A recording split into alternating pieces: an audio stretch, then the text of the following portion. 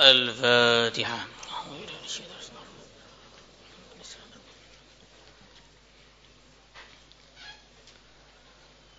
الفاتحة.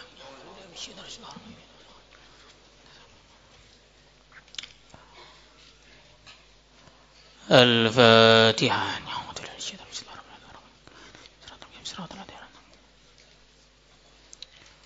الفاتحة.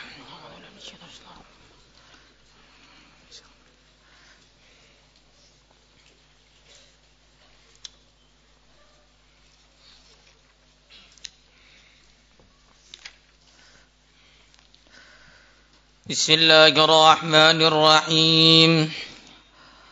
ألم تروا أن الله سخر لكم ما في السماوات وما في الأرض وأسبغ عليكم نعمه ظاهرة وباطنة ومن الناس من يجادل في الله بغير علم ولا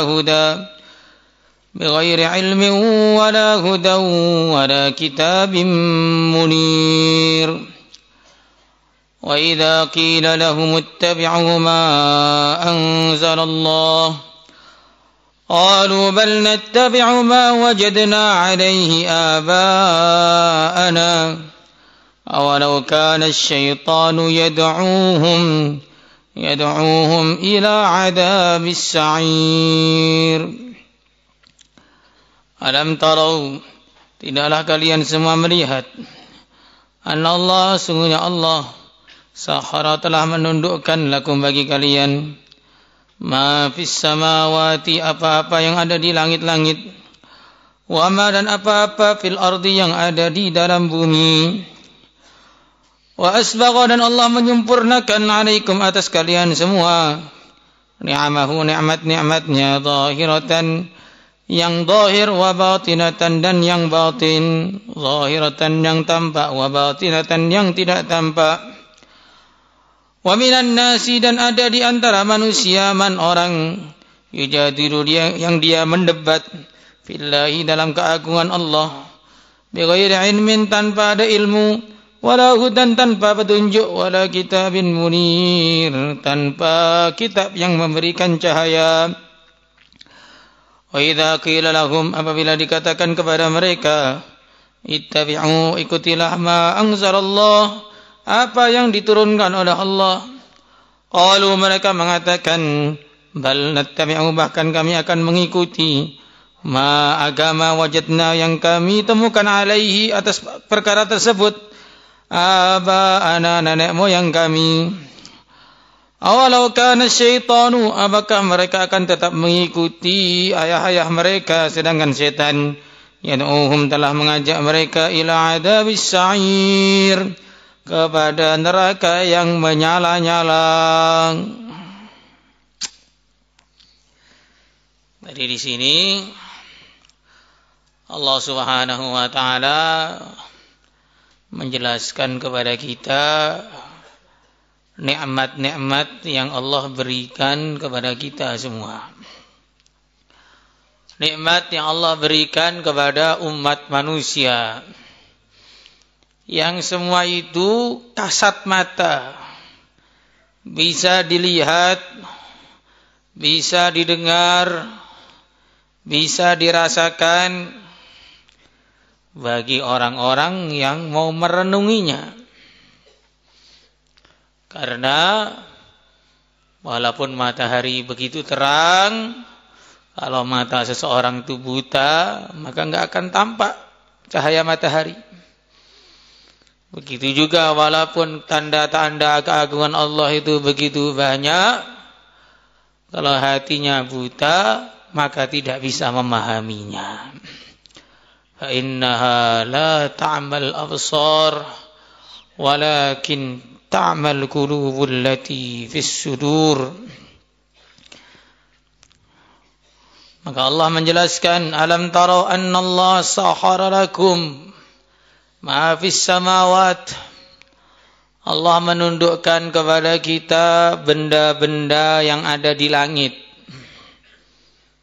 bulan, bintang, matahari. Ditundukkan bagaimana?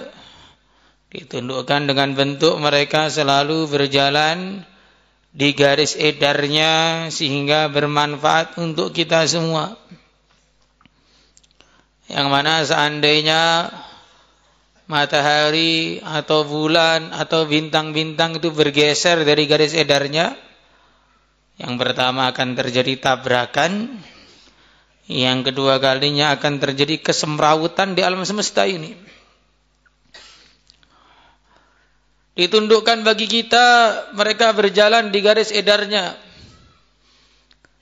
Ditundukkan bagi kita, kita bisa mendapatkan manfaat dari benda-benda itu, baik manfaat berupa cahaya, manfaat berupa penunjuk jalan, kalau zaman dahulu bintang-bintang sebagai penunjuk jalan, ataupun manfaat berupa keindahan. Bulan, bintang, matahari itu ada keindahannya. Sehingga orang rela capek-capek ke pantai atau naik gunung demi melihat sunset atau sunrise. Orang memakai teropong untuk melihat keindahan bintang-bintang. Bahkan bintang itu jatuhnya pun dilihat. Orang pada lihat bintang jatuh, padahal jatuh. Jatuhnya pun menarik. Jatuh pun ada keindahan khusus. Itu yang kedua.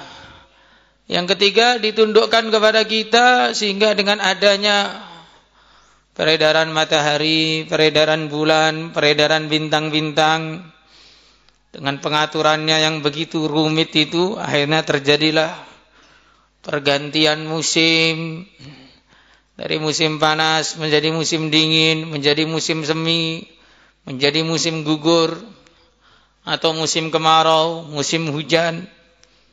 Itu secara zahir berhubungan dengan perpindahan-perpindahan bintang-bintang yang ada di atas kita itu. Seandainya matahari tetap pada satu tempat, tidak ada gerakannya, maka musim itu akan sama terus. Kalau kita ini hujan terus, alangkah tidak enaknya. Di mana-mana becek. Kalau kita ini panas terus, juga alangkah tidak enaknya. Di mana-mana kering kerontang. Maka Allah jadikan pergantian semua itu. Sahara lakum ma fis samawat. Kemudian di antaranya Allah menggerakkan makhluk-makhluk yang ada di langit, yang namanya para malaikat, yang dijadikan untuk sebagai asbab manfaat bagi manusia. Tidak ada satu tetes hujan pun kecuali disertai satu malaikat yang akan mengantarkannya ke tempat yang diputuskan oleh Allah. Ada malaikat hujan, ada malaikat awan, ada malaikat matahari, ada malaikat bulan, ada malaikat gunung, ada malaikat angin.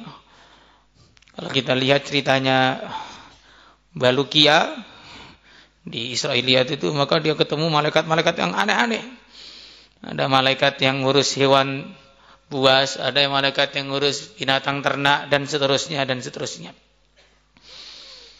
Bahkan setiap manusia pun ada malaikat hafadhah yang menjaga dia. Mulai dia dari rahim pun sudah dijaga oleh malaikat. Ini semua adalah nikmat-nikmat dari Allah Subhanahu wa taala yang kalau disebutkan satu persatu yang enggak ada habisnya.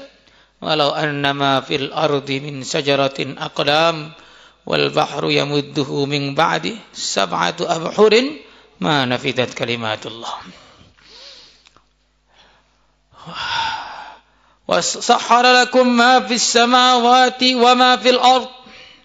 Dan Allah menundukkan bagi kita apa-apa yang ada di bumi. Kita lihat di alam semesta ini, di bumi ini, yang ambil manfaat paling banyak itu ya manusia. Manusia mengambil manfaat dari semua barang-barang yang ada di dunia ini. Baik barang-barangnya berupa pohon, atau batu-batuan, atau tambang-tambangan, atau binatang, semuanya manusia yang mengambil manfaat. Manusia melihara sapi untuk ambil manfaat dari sapi. Tidak ada sapi melihara manusia. Manusia melihara ayam untuk ambil manfaat dari ayam. Tidak ada ayam yang melihara manusia. Kalau katanya ada singa melihara manusia, itu hanya dongeng saja, Tarsan.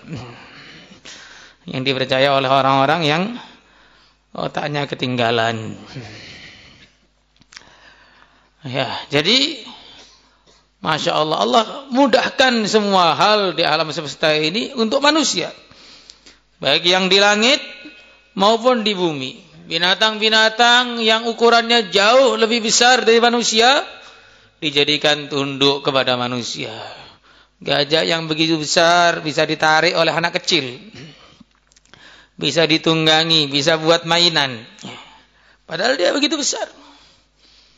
Tetapi Allah Subhanahu wa taala juga mengajarkan kepada kita, semua itu wahai manusia yang datang bukanlah kekuasaan kamu, bukanlah dari kemampuan kamu. Maka Allah wujudkan hewan-hewan yang tidak bisa dikuasai oleh manusia.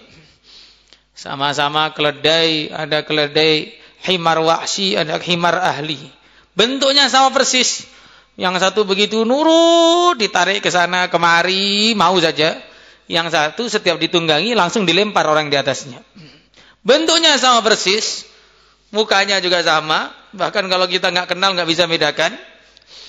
Tetapi satunya bisa ditundukkan, satunya tidak bisa ditundukkan. Allah ingin ngajari kita bahwa yang menundukkan semua itu bukan kamu wahai manusia, tapi Allah yang menundukkan semua itu. Hanya setiap naik kendaraan, subhanalladzi sakhkhara lana hadza wa ma kunna lahu muqrinin wa inna ila rabbina lamunqalibun. Suruh ingat, nah, semua itu ditundukkan oleh Allah. Nanti kalau manusia itu mereka tidak mau tunduk kepada Allah, maka alam semesta yang seharusnya bermanfaat untuk manusia jadi tidak bermanfaat untuk manusia. Laut yang bermanfaat untuk manusia karena manusia tidak taat kepada yang menciptakan laut, akhirnya laut tidak bermanfaat bagi manusia. Lautnya pengen jalan-jalan. Ketika laut jalan-jalan, ya sekitarnya hilang semua kalau dilewati laut. Gara-gara banyak orang di mana-mana menimbulkan asap, ngerokok, akhirnya gunung pun terbatu-batu. Kalau gunung sudah batu, orang lari semua. Gara-gara manusia banyak yang berjoget di atas bumi, bumi pun ikut berjoget. Ketika buminya berjoget, hancurlah semua yang di atasnya. Ini pelajaran bagi kita. Ketika kita itu tidak taat kepada Allah, maka benda-benda yang aslinya manfaat untuk kita jadi tidak bermanfaat lagi untuk kita. Wa sahara lakum ma fil ard wa asbagha, dan Allah menyempurnakan alaikum ni'amahu zahiratan wa batinah. Isbagh itu menyempurnakan. Bukan hanya memberikan, tapi menyempurnakan. Maka ada kata-kata isbaghul wudu. Bukan sekedar wudu, tapi menyempurnakan wudu. Zahirah. Nikmat yang zahir itu apa? Sebagian riwayat mengatakan nikmat yang zahir maksudnya adalah Islam. Sedangkan nikmat yang batin adalah aib-aib kita yang ditutupi oleh Allah Subhanahu wa taala.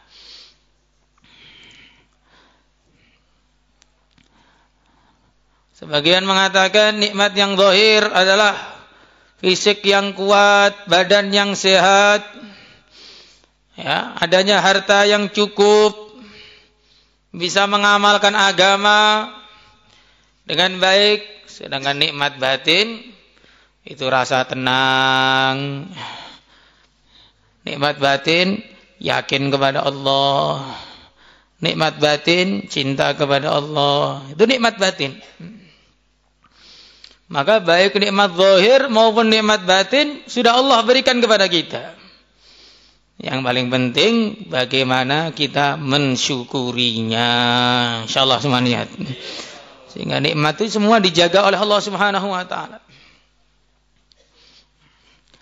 Sebagian orang hanya memahami nikmat zahir saja, tidak memahami nikmat batin. Itu sudah keliru.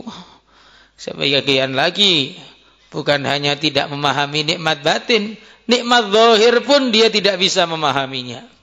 Sehingga hidupnya penuh dengan keluhan, padahal hidup bergelimang kenikmatan. Setiap hari hanya mengeluh, padahal nikmat Allah kepada dia tidak terhitung. Coba kalau kita ini jalan kaki gitu umpamanya. Kemudian kaki kita tersandung, kemudian kita mengeluh, wah, siapa yang taruh batu di sini, sedang ngomel, absen kebun binatang di absen semua. Sebut semua dari A sampai Z, sebut semua, atau B saja diulang-ulang, A B. Yes. Padahal coba kita renungi dalam hidup kita ini, berapa kali kita kesandung? Dalam setahun mungkin hanya sekali. Yang gak tersandung, gak pernah kita ingat-ingat, gak pernah kita syukuri. Yang kesandung cuma sekali, kita mengeluh hampir mati. Begitu juga yang lain-lain. Ya. Mungkin kepala kita pusing, kemudian kita merasakan ini kepala kok berat sekali, rasanya pengen saya copot. Ya copot aja kalau bisa. Padahal dalam satu tahun berapa kali kita pusing? Masya Allah. Jadi nikmat Allah kepada kita itu begitu banyak. Yang zahir saja itu begitu banyak. Tapi nikmat-nikmat yang zahir itu banyak manusia mengeluh. Apalagi nikmat batin, lebih banyak lagi yang mengeluhkan. Ngaji itu nikmat, belajar ilmu itu nikmat, sholat itu nikmat, tapi kita selalu mengeluhkan, ngaji lagi. Sholat lagi. Wiritan lagi. Dakwah lagi. Kok gak ada habis-habisnya itu? Padahal semua itu nikmat. Nah, dikhawatirkan kalau orang itu tidak mensyukuri nikmat Allah, maka nikmat yang ada akan dicabut oleh Allah Subhanahu wa taala. Bagaimana ceritanya dua orang dari Bani Israel. Mereka sang satu kaya raya, yang satunya miskin tidak punya apa-apa, datang kepada Nabi Musa. Yang kaya pengen miskin, yang miskin pengen kaya. Yang kaya merasa karena terlalu kaya takut hisabnya berat. Yang miskin, ya sudah umumnya orang miskin pengen kaya.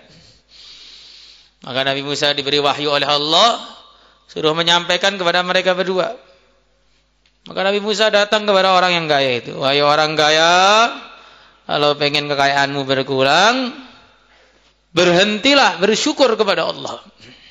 Berhentilah bersyukur kepada Allah. Maka orang kaya itu, dia sedang memegang wadah minuman. Maka dia kaget. Saya disuruh nggak bersyukur. Bagaimana caranya? Kaget. Saking kagetnya jatuh. Begitu jatuh, langsung berubah jadi emas. Jadi hasilnya gelas jatuh berubah jadi emas. Yang satu lagi orang miskin, nggak punya apa-apa, cuma punya sarung satu saja. Dikasih tahu, kamu harus bersyukur pada Allah. Kaget juga. Syukur apa yang harus disyukuri? Cuma sarung itu pun cuma satu. Datanglah angin yang begitu kencang menerbangkan sarungnya. Dah, nggak punya apa-apa lagi. Tinggallah apa yang terjadi. Ya, jadi begitu. Orang itu kalau syukur, nikmatnya akan ditambah-tambah oleh Allah. Maka kalau ngajinya syukur, pasti sampai tahasus. Nah, ini baru 2 bulan sudah pengen pulang, ini namanya nggak syukur. Atau baru kelas 1, kelas 2 sudah pengen pulang, ini nggak syukur. Kalau syukur, maka akan ngaji terus, bahkan sudah tahasus pun pengen nambah lagi. Pulang pun akhirnya jadi kiai yang bermanfaat untuk semuanya. Maka bersyukur insyaallah. Wa minan nas, di antara manusia may yujadilu fillah, orang yang mendebat keagungan Allah. Jadi ada orang-orang yang mengingkari keagungan Allah, bahkan mengingkari wujudnya Allah, bahkan mempermainkan ketuhanan itu sendiri. Ada orang didakwahi oleh seorang sahabat, maka dia malah bertanya, min ayyi syai'in rabbuka, Tuhanmu itu terbuat dari apa? Amin zahabin, Tuhannya emas, karena mereka biasa menyembah Tuhan itu dari benda-benda, maka dia buat mainan. Tuhan itu dari emas, atau dari perak, atau tembaga, atau kayu, sambil ketawa-ketawa begitu. Maka tiba-tiba langsung datang petir, kena kepala dia, plak, terbuka, nggak ada otaknya. Tambahan sendiri kalau nggak ada otaknya gitu. Jadi artinya ada orang-orang itu yang mereka tidak mau dengan adanya Tuhan, menganggap Tuhan itu perkara yang mustahil ada, menganggap Tuhan itu aneh kalau ada, semua terjadi kebetulan, semua terjadi karena tidak sengaja, dan seterusnya dan seterusnya. Wa minan nas may yujadilu fillah bighairi ilm. Mereka melakukan semua itu tanpa dasar, wala hudan, tidak ada petunjuk. Wala kitab, bukan dari kitab, hanya hasil dari kira-kira yang mereka percaya. Ada yang merasa Tuhan itu tidak ada yang salah milih Tuhan. Seperti yang diceritakan kemarin, milih Tuhannya begitu lemah, dipukul sekali aja mati. Semuanya, dua-duanya orang-orang yang tidak diberi hidayah oleh Allah Subhanahu wa taala. Tetapi namanya manusia-manusia yang sesat, mereka akan melakukan satu pulasan-pulasan, pemolesan-pemolesan, sehingga seakan-akan orang yang enggak bertuhan adalah orang yang paling pintar. Bahkan mereka mengatakan kebanyakan para orang-orang cerdas adalah orang ateis. Ilmuwan-ilmuwan adalah orang ateis. Orang yang IQ-nya di atas 200 adalah orang ateis. Orang yang pintar adalah orang yang tidak mengakui Tuhan. Betul, mereka pintar bagaimana cara masuk neraka tercepat. Pintar cara masuk neraka tercepat. Makanya seperti ini selalu ada. Wa idza qila lahum ittabi'u ma anzalallah qalu bal nattabi'u ma wajadna 'alaihi aba'ana. Di antara ciri khas kebatilan mereka kalau diajak melakukan kebaikan, diajak masuk Islam, diajak untuk taat kepada Allah, mereka akan mengatakan kami ikut pendahulu-pendahulu kami. Dulu kakek moyang kami nyembah berhala, ya kami akan nyembah berhala. Dulu kakek moyang kami orang-orang yang menyembah air, ya, kita akan menyembah air sampai besok buang air. Dulu kakek moyang kami nyembah matahari, kami akan nyembah matahari. Dulu kakek moyang kami nyembah ini, kami akan nyembah ini. Makanya di antara kesesatan, penyebab kesesatan yang terbesar dari zaman dulu adalah mengikuti leluhur yang tidak benar. Inna wajadna aba'ana ala ummah wa inna ala atharihim muhtadun. Inna wajadna aba'ana ala ummah wa inna ala atharihim muqtadun. Makanya ikut leluhur itu harus dilihat-lihat dulu. Leluhur mana yang diikuti? Kalau leluhurnya orang-orang yang soleh, ya enggak apa-apa diikuti. Dzurriyyatan ba'duha min ba'd. Tapi kalau leluhurnya itu penyembah-penyembah yang enggak benar, awalau kana syaitanu yad'uhum ila 'adzabis sa'ir, mengikuti leluhur sama saja mengikuti ajakan masuk neraka. Maka baginda Nabi sallallahu alaihi wasallam menggambarkan risalah yang beliau bawa dengan umat yang mendengar risalah ini bagaikan orang yang menyalakan api unggun. Begitu api unggun itu dinyalakan, maka mulailah ada binatang-binatang kecil, ya. Binatang-binatang kecil yang suka di lampu itu. Pernah lihat ya? Binatang-binatang kecil yang suka di lampu mulai berduyun-duyun berusaha terbang mendekati api. Maka yang membakar api berusaha menghalau, jangan dekat-dekat, ini api. Tapi mereka tetap dengan semangat meluncur menuju api itu. Dan sebagian surah mengatakan hewan-hewan itu adalah hewan yang matanya itu begitu lemah, penglihatannya begitu lemah, sehingga selalu merasa dalam ruangan yang begitu gelap, yang tertutup. Dan setiap melihat api, maka dia mengira api itu satu-satunya jalan keluar. Maka akhirnya melihat api semangat, ini satu-satunya jalan keluar dari ruangan gelap nih. Padahal jalan keluar dari dunia ini. Jalan keluar dari dunia ini. Begitulah orang-orang yang mengamalkan agama ini. Mereka diperintah untuk amal, dijauhkan dari macam-macam keburukan, dijauhkan dari macam-macam kemaksiatan. Tapi pikirannya salah. Dikira pondok itu ruangan yang gelap. Gerbang pondok satu-satunya jalan keluar. Ternyata keluar dari kebaikan-kebaikan. Akhirnya begitu keluar dari gerbang, yang aslinya full Islam, tinggal namanya saja, fullnya hilang. Makanya kita ini harus selalu minta kepada Allah agar diberi petunjuk untuk bisa mengamalkan Islam sampai akhir hayat kita. InsyaAllah semua niat. Allahumma salli ala sayyidina Muhammad wa ala ali sayyidina Muhammad. Alhamdulillah rabbil alamin. Allahumma anfa'na ma 'allamtana wa 'allimna ma yanfa'una wa zidna 'ilma. Alhamdulillah ala kulli hal wa na'udzu billahi min hali ahli an-nar. Sallallahu ala sayyidina Muhammad. Alhamdulillahi rabbil alamin. Salatullah